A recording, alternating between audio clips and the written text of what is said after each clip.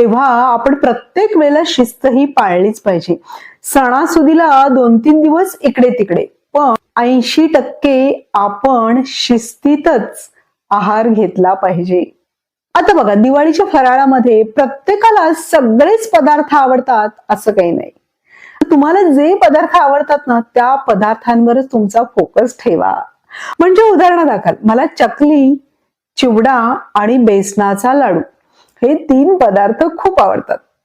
त्यामुळे तुमच्या आवडीचेच पदार्थ खा आणि बाकीचे पदार्थ थोडीशी चव घ्यायची म्हणून थोडेसे खा.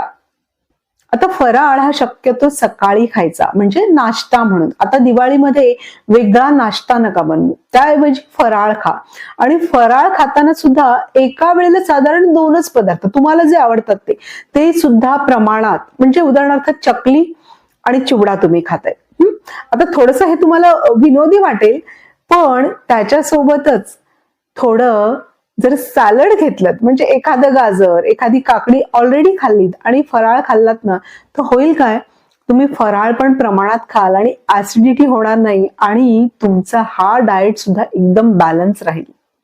आणि एका वेळी 2च फराळाचे पदार्थ खाल्ल्याने काय होईल, पोटाला पण त्रास होणार नाही. आपण काय करतो, सगळे पदार्थ खातो आणि पोटाला त्याचा नक्कीच त्रास होतो.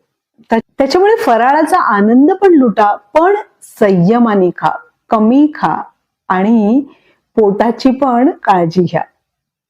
तेव्हा आपण प्रत्येक वेळेला शिस्त ही पाळलीच पाहिजे.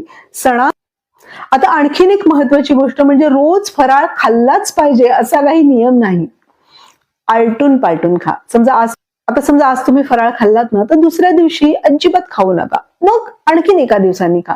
त्याच्यामुळे काय होईल, ती फराळातली खाण्याची गंमत पण टिकून राहील. म्हणजे बरेचदा आपण म्हणतो ना की फराळ संपत आल्यावर तो खावासा वाटतो, तर रोज नका खाऊ. आलटून पालटून खाल्लात ना, तर त्यातली गंमत पण टिकून राहते आणि आपल्याला सुद्धा आणखीन तो चविष्ट वाटायला लागतो. आता समजा तुम्हाला बेसनचा लाडू खूप आवडतो, त्यामुळे तो रोज खायचा नाहीये.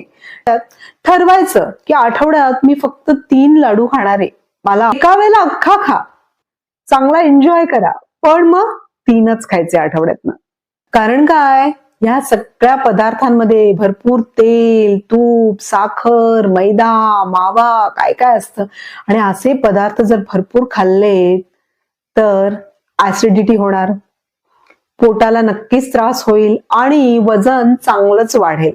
त्याच्यामुळे आपल्याला काळजीपूर्वक हा फराळ खाणं आवश्यक आहे.